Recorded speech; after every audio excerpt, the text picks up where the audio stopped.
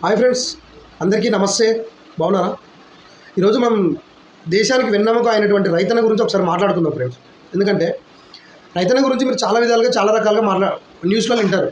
ఎక్కువ శాతం రైతు ఆత్మహత్యల గురించి మనం వింటున్నాం. అది రైతన్న పరిస్థితి మన భారతదేశంలో.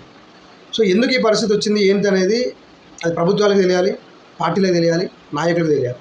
ఎందుకంటే అందరూ మాది రైతు ప్రభుత్వం అని చెప్తున్నారా తప్ప రైతు ఎక్కడా బాగుపడింది లేదు ఫ్రెండ్స్, నాకు తెలిసినంతవరకు అయితే. ఎందుకంటే నిజంగా రైతు బాగుపడితే ఒక తల్లి కానీ ఒక తండ్రి కానీ ఏం కోరుకోవాలి, నా కొడుకుని రైతుని చేస్తానని అనాలి. కానీ ఆ సిచ్యువేషన్ లేదు. ఇంతవరకు నా కొడుకుని కలెక్టర్ని చేస్తా, నా కూతుర్ని డాక్టర్ని చేస్తా, లేకపోతే నా కొడుకుని ఇంజనీరింగ్ చేస్తా అని ఇదే పరిస్థితిలో ఉన్నాం తప్ప సమాజంలో నా కొడుకుని రైతుని చేస్తాన సిచ్యువేషన్ లేదు. ఎందుకంటే నేను కూడా ఒక రైతు కుటుంబం నుంచి వచ్చిన. మా నాన్న ఒకటే మాట నడుచుకుంటే చిన్నప్పటి నుంచి, అరే ఈ వ్యవసాయంలో ఏం లేదురా, మీరు కూడా నాలా కష్టపడకూడదు, అందుకే మంచిగా చదువుకోండి, మంచిగా చదువుకోండి. ఆయన చిన్నప్పటి నుంచి ఇదే డైలాగ్. ఎందుకంటే ఆయనకు తెలుసు ప్రాక్టికల్గా ఆయన ఏం చేస్తున్నాడు భూమిలో అనేది ఆయనకు బాగా తెలుసు. సో అది పరిస్థితి ఫ్రెండ్స్. ఒక రైతు తన పంట పండించి ఇంటికి తీసుకురావాలంటే ఎంత కష్టపడతాడంటే అంత కష్టపడతాడు ఫ్రెండ్స్. సరే పంట పండింది తీసుకొచ్చాడు, ఒక తీర మార్కెట్లోకి వస్తే దానికి గిట్టుబాటు ధర ఉండదు. అట్లీస్ట్ రైతు ఎంత నిస్వార్థపడంటే తన పెట్టిన పెట్టుబడితో పాటు తన కుటుంబం బతికేంత డబ్బు అయినా సరే పంట అయినా సరే వస్తే చాలు అనుకునే రకం. కానీ రైతు ఎప్పుడు కూడా ఇతరులు మోసం చేయాలి అనుకునే వ్యక్తి అయితే కాదు.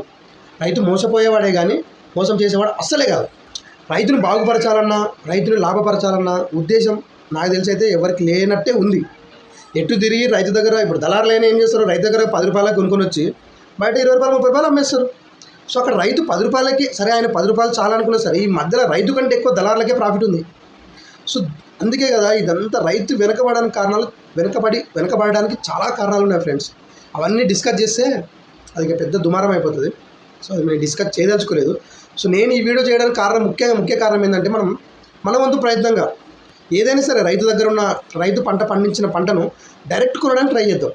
ఎందుకంటే మేము నియర్ బై ఎక్కడైనా సరే డైరెక్ట్ రైతులు కన్సల్ట్ అయితే మార్కెట్లో 1000 రూపాయలు అంటే మేము ఒక 1100 ఇస్తాం. ఎందుకంటే 1100 నువ్వు ఇస్తా అని చెప్తే 100 రూపాయలు రైతుకు లాభం అవుతుంది. కానీ నువ్వు అదే బయటకు వచ్చి కొన్నామనుకో ఆ దళారు ఏం చేస్తాడు, 1500 నీకు తక్కువ కమ్మడు వాడు.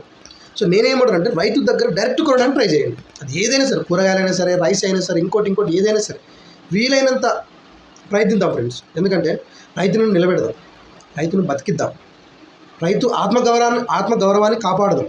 అది మన చేతుల్లో ఉంది. ఎందుకంటే ఇండియాలో 70% యూత్ ఉంది. సో ఆ యూత్ తలుచుకుంటే ఏదైనా జరుగుతుంది, ఏదైనా అవుతుంది. కాబట్టి వీలైనంతగా రైతు దగ్గర బేరసారాలు చేయకుండా ఉండడానికి ట్రై చేయండి. వీలైనంతగా సూపర్ మార్కెట్లకు దూరంగా ఉండండి. ఎందుకంటే సూపర్ మార్కెట్కి వచ్చింది రైతు నుంచే వచ్చినా సరే అది రైతుకు డైరెక్ట్ లాభం